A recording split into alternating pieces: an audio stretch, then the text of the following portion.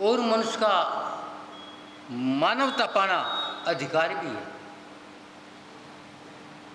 लेकिन मानव में मानवता जब ही आएगी जब सीमा निश्चित होगी। आचार्य कहते हैं, पानी में नहीं दूध में मलाई आती है, कैंची से नहीं सुई से सिलाई होती है। दूसरों को उपदेश देने वालों, वाणी से नहीं संयम से भलाई आती है। मगर आज बड़ी विचित्रता है, और हमने जहाँ भी भैया ने बताया, जन्म को ही सब कुछ मान लिया है। जबकि भगवान आदिनाथ ने सब मनुष्य को 4 श्रेणी में बांटा था।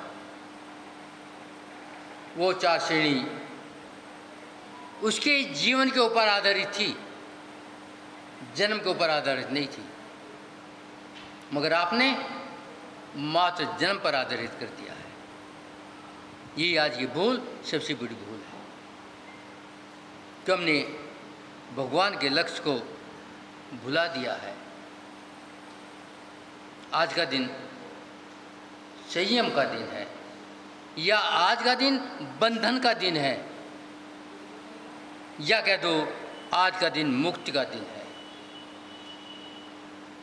संसार बंधन से मुक्त होने का और आत्म बंधन में बंधने का दिन है।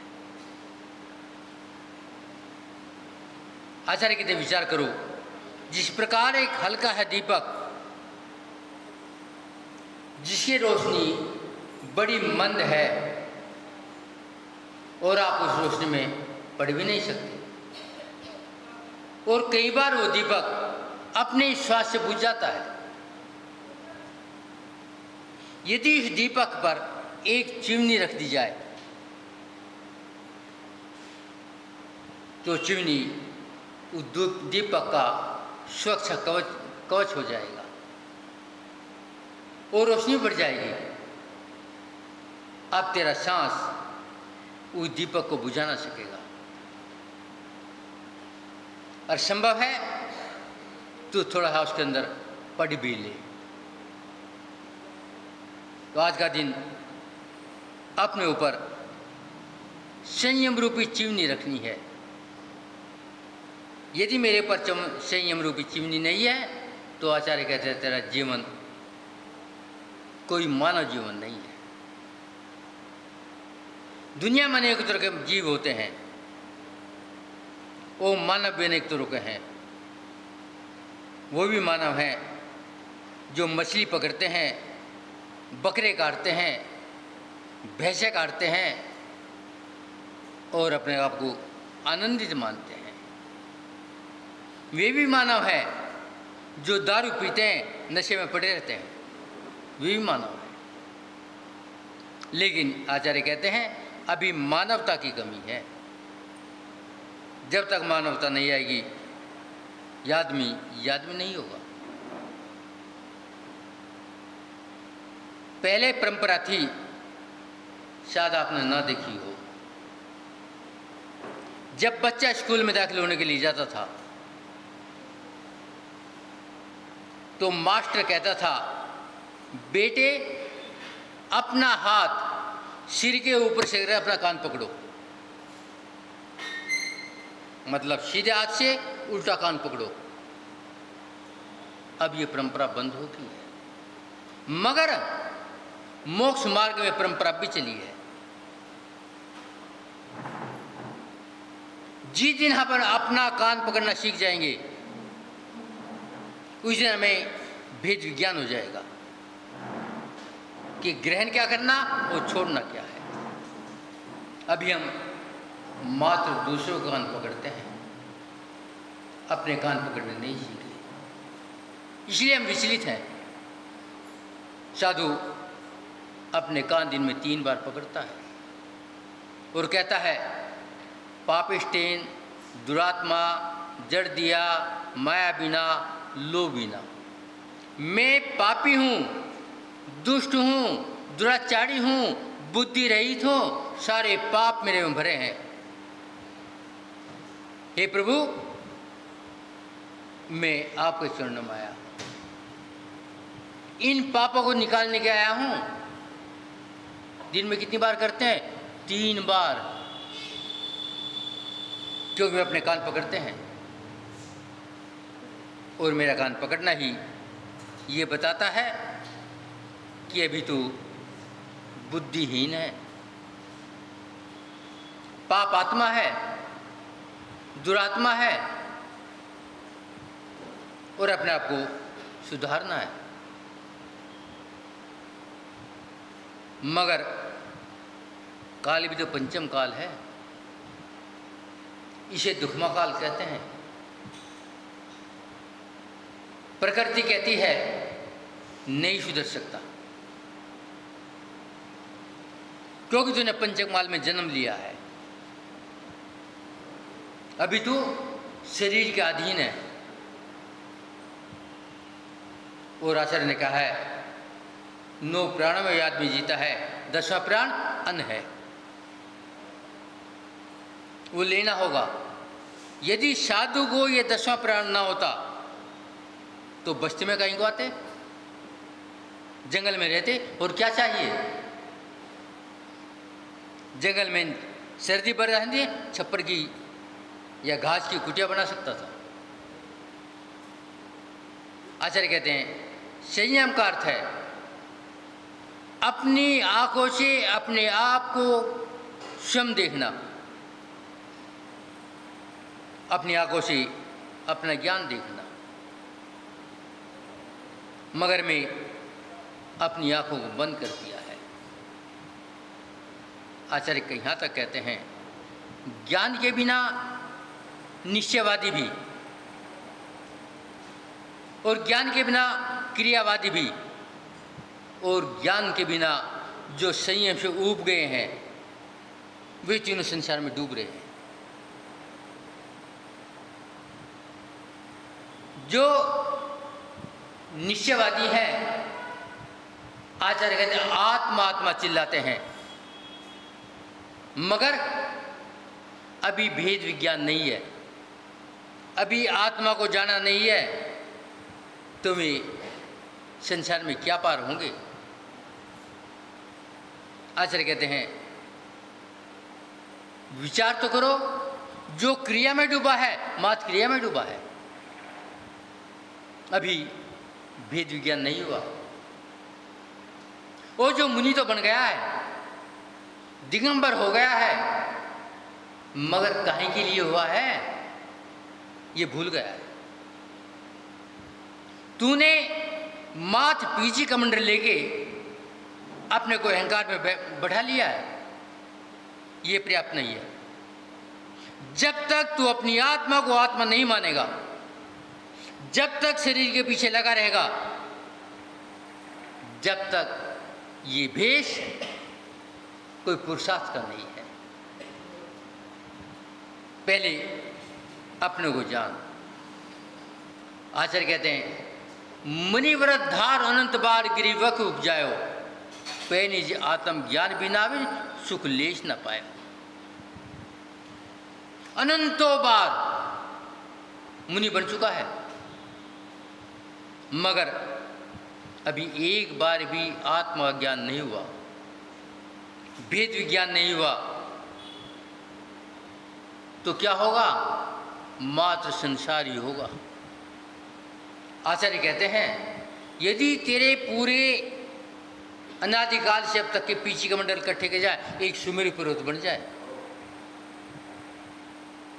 मगर भेद विज्ञान नहीं हुआ। और बगैर भेद विज्ञान के ये मानव पर्याय की सार्थकता नहीं है। और आपकी भी यही चूक है, संसार में सबकी यही चूक है कि मैंने स्कूल में जन्म लिया, मैं ये हो गया हूँ, मगर मैं अपना कर्तव्य भूल जाता हूँ। तो विचार करो कहाँ जाओगे? आचार्य कहते हैं ज्ञान के बिना डूब जाओगे, मगर बगैर चारित्र से तीर नहीं सकते। ये पत्थर की नाव है। और पत्थर की नाव में बैठोगे तो क्या हो गया? ज्ञान तो हो गया मगर भेद विज्ञान नहीं हुआ। आचार्य कहते हैं, आपने देखा होगा सोने में खोट होता है, आज जब सुनार खोट को निकालता है तो क्या करता है? सोने की डलिया को, सोने के आभूषण को एक चीनी की घटिया में रखता है और उसे अंगीठी पे रख देता है, अग्नि पे रख देता है और सोना पिघल जाता है।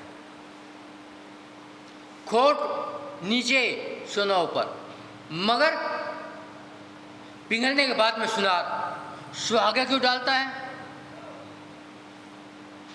कारण क्या है? सोचा कभी? यदि सुहागा नहीं डालेगा तो पुनः खोट सोने में मिल जाएगा।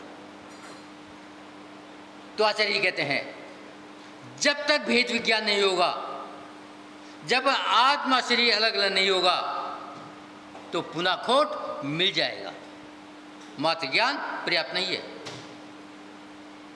आचार्य कहते हैं, जो संयमी है उसकी आत्मा धोख सिखाती है, जो असंयमी है उसकी आत्मा धोखा सिखाता है। बस मात्र अंतर इतना ही है।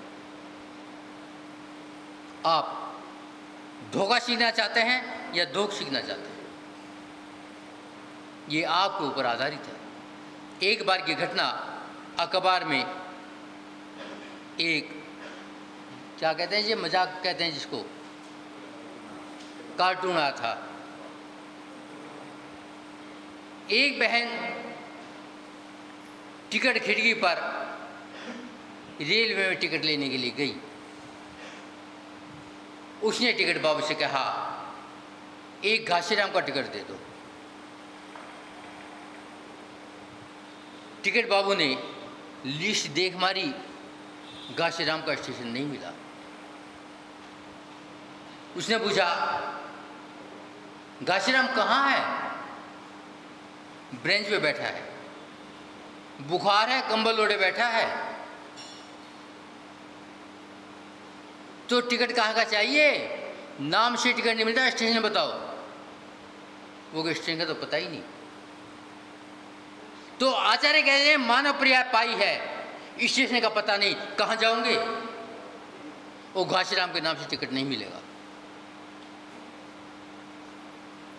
तो आचार्य कहते हैं, विचार करो, कहाँ से आया हूँ, कहाँ जाना है, क्या करना है, क्या कर रहा हूँ और क्या मेरा लक्ष्य है, मगर मैं जानना नहीं चाहता। बस मुझे तो घासीराम का टिकट दे दो। तो विचार करो, क्या स्थिति है? क्या मात्र जैन कुल में जन्म लेना पर्याप्त है? क्या आपके प्लेट लग गई, जैन हो गए? आचार्य कहते हैं, अभी कुलाचार नहीं है तो जैन की प्लेट नहीं है, आप लिख लो, तुम्हारी मर्जी है। सरकार बॉर्डर में भी लिख देगी, मगर मोक्ष मार्ग में जैन नहीं लिखा जाएगा।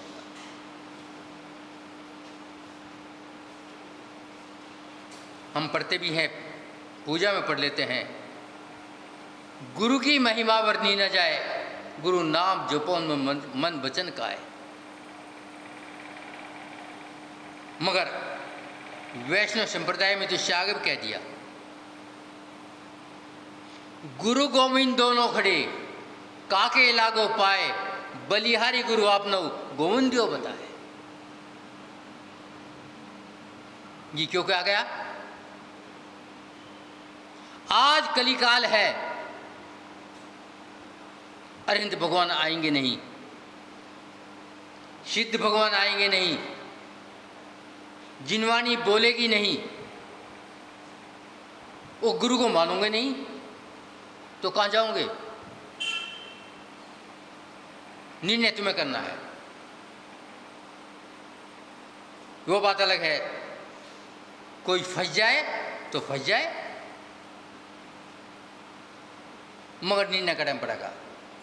आचार्य कहते हैं इस कली काल में जो दीपक है गुरु है, और कोई है ही नहीं दीपक। मगर दीपक जलता है, जलने के बाद प्रकाश देता है। यदि आप फूंक मारना चाहो तो नहीं लगेगी, क्योंकि तुम्हारी फूंक में इतनी ताकत नहीं है। तो आचार्य कहते हैं विचार करो। जैन दर्शन में 5 परमेष्टि बताई हैं, जबकि अनंत और सिद्ध महान है, मगर आचार्य उपाध्याय साधुगुरु परमेष्टि में उनके साथ रख दिया है। क्यों रखा है? जबकि वे सिद्धालय में है, अनंत सिद्ध बनने वाले हैं, आचार्य उपाध्याय तो घूम रहे हैं, रोज भोजन भी चाहिए, पाटा भी चाहिए, और शयननीय कमरा भी चाहिए। उन्हें परमेष्टि में क्यों रखा? कभी चिंतन किया? नहीं महाराज। क्यों? भेद विज्ञान नहीं है। अभी शरीर को ही आत्मा माना है और आत्मा को जानने का प्रयत्न नहीं किया। आचार्य कहते हैं परमेष्टि 5 ही रहेंगी। जिनके पास तिल तुष मात्र भी परिग्रह है वो परमेष्टि में नहीं ऐड हो सकता। विचार करो, जब अंगलंग और निकलंग अध्ययन कर रहे थे, भगवान की मूर्ति लांगनी पड़ी। क्यों लांग दिया? एक धागा डाल दिया था। क्या हो गया? अब परिग्रहधारी हमारे भगवान नहीं है। आचार्य कहते हैं जब तुम्हें इतना ज्ञान हो जाएगा, जब संयम ले सकोगे, और ये संयम नहीं है तो जीवन नहीं है। आचार्य कहते हैं वृक्ष 2 प्रकार के होते हैं, एक छायादार और एक छायादार के में फलदार भी होते हैं। बबूल का पेड़ छाया दे सकता है मगर फल नहीं देगा। आप छायादार के पीछे बैठ करके ठंडक तो पा सकते हो, मगर वो पेट खाली रखना पड़ेगा, भोजन नहीं मिलेगा। और यदि आम के वृक्ष के नीचे बैठ जाओ, छाया भी मिलेगी, शीतलता मिलेगी और भोजन भी मिलेगा। तो आचार्य बताना चाहते हैं कि क्या चाहिए। यदि बिल्डिंग बनी है, शिखर के ऊपर कलश नहीं है तो घर हो सकता, मंदिर नहीं हो सकता। और मंदिर बनाने के लिए कलश चाहिए, और शरीर चलाने के लिए छायादार वृक्ष के साथ में फल वाला वृक्ष चाहिए। मगर मैं फलों से दूर भागता हूँ। आचार्य कहते हैं बस ज्ञान के साथ में संयम रूपी कलश रख लेना। यदि कलश नहीं है तो ज्ञान नहीं है। आचार्य उमा स्वामी ने समग्र दर्शन ज्ञान चारित्राणी मोक्ष मार्ग क्या है, उन्हें खाली ज्ञान को मोक्ष मार्ग नहीं किया। लेकिन एक ज्ञानी आके पूछता है महाराज इतना तो बताओ कि ज्ञान दर्शन चारित्र है, उत्तम लगाने की क्या जरूरत थी? उत्तम संयम, जबकि संयम तो है, या उत्तम का क्यों टेक दिया? क्या अंतर है? आचार्य जवाब देते हैं कि संयम तो जेल में जो कैदी है उसको भी है, बाहर नहीं निकल सकता, सीमित भोजन मिलेगा, सीमित काम मिलेगा, सीमित जगह रहने की मिलेगी, संयम में है। घोड़ा जब टांगे में जुड़ा है संयम में है, इधर नहीं जा, जहाँ लगम खींची वहीं जाना पड़ेगा। तो क्या ये संयम है? इसे संयम कहते हैं क्या? इसलिए उत्तम लगाना पड़ा है। जिस प्रकार की घोड़े के लिए लगाम, ऊंट के लिए नकील, गाड़ी के लिए ब्रेक और मनुष्य के लिए संयम। यदि नहीं है तो बेग लगाम का घोड़ा है, या गाड़ी में ब्रेक नहीं है तो कहाँ ले जाकर पटकेगी, आपको मालूम है? तो आचार्य कहते हैं जहाँ संयम नहीं वहाँ जीवन नहीं। और आपकी तो बड़ी कृपा है, ना मंदिर का पता, ना रात का पता, ना दिन का भेद। तो आप वीतरागी है ना, रात्रि का कौन भेदभाव करे? ना छने अनछने का पता, ना बक्से बक्से का पता। हम वीतरागी हैं, हम भेदभाव नहीं करते। मगर आचार्य कहते हैं एक आर्यखंड होता है, एक मलेच्छ खंड होता है।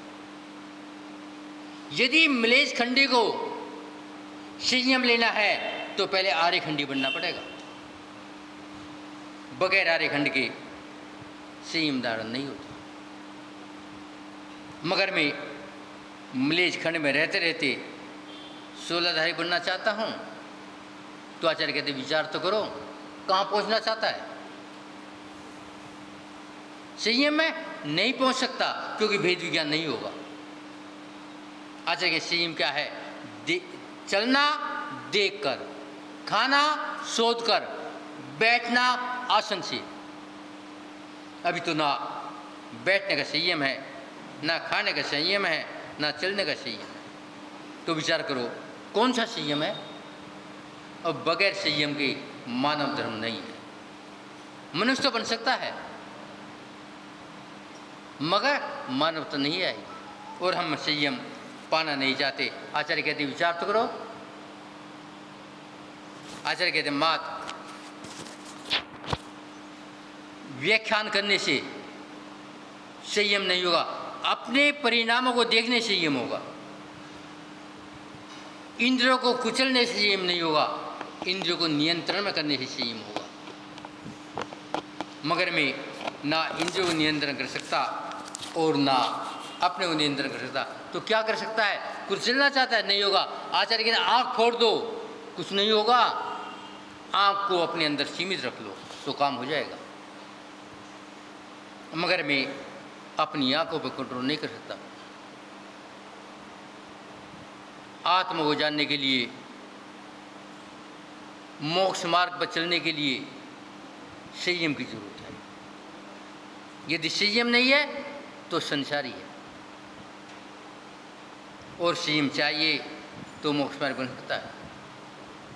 ये भी बिल्कुल सत्य है कि जब तत्व की बात करते हैं आपको नींद आ जाती है, आपकी रुचि ने, और जब संसार की बात करते हैं आप में चेतना आ जाती है। तो विचार करो आपको क्या चाहिए, संसार या मोक्ष? कहने से नहीं मिलता, करने से मिलता है। जिस दिन आपकी तत्व की बात के ऊपर चेतना आएगी उस दिन कल्याण होगा, ये तो निश्चित है। दूध में जामन लगेगा तो दही जमेगी।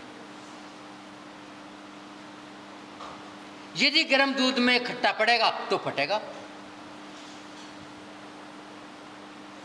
दही नहीं जमेगी, फटेगा। और आप क्या कर रहे हो? गर्म दूध में खट्टा डाल रहे हो और दही जमाना चाहते हो। आचार्य कहते क्या होगा? राजा श्रेणी भगवान महावीर स्वामी 60,000 प्रश्न करता है, मगर एक दिन कहता है हे स्वामी इतना तो बताओ,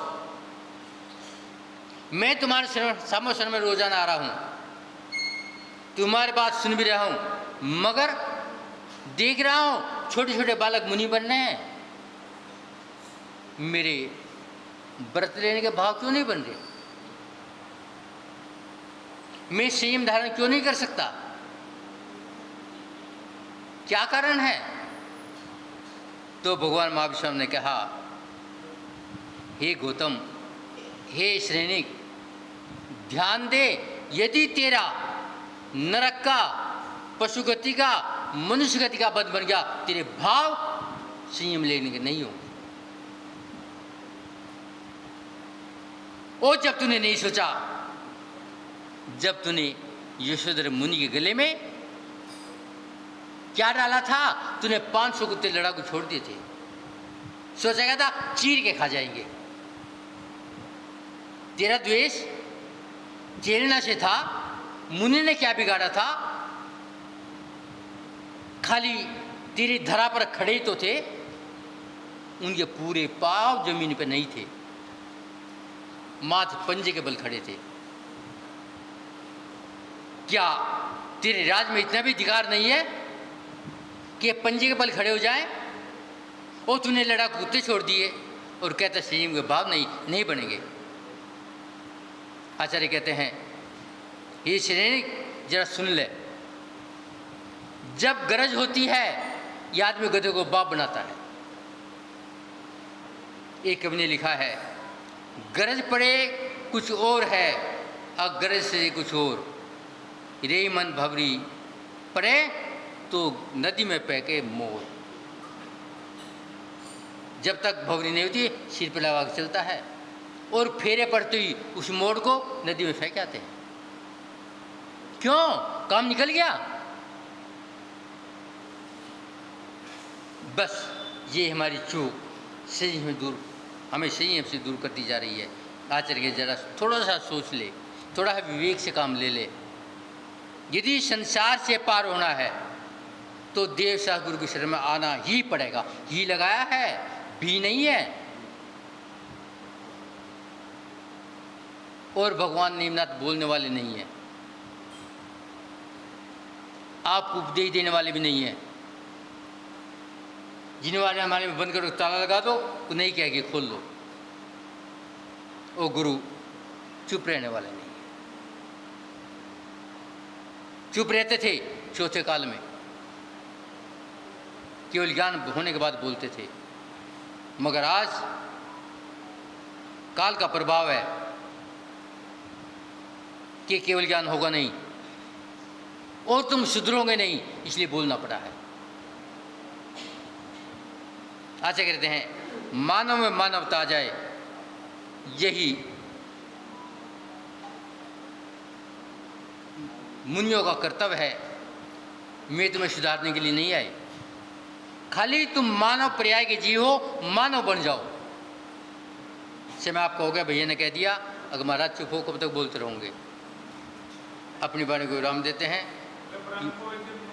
ओम शांति।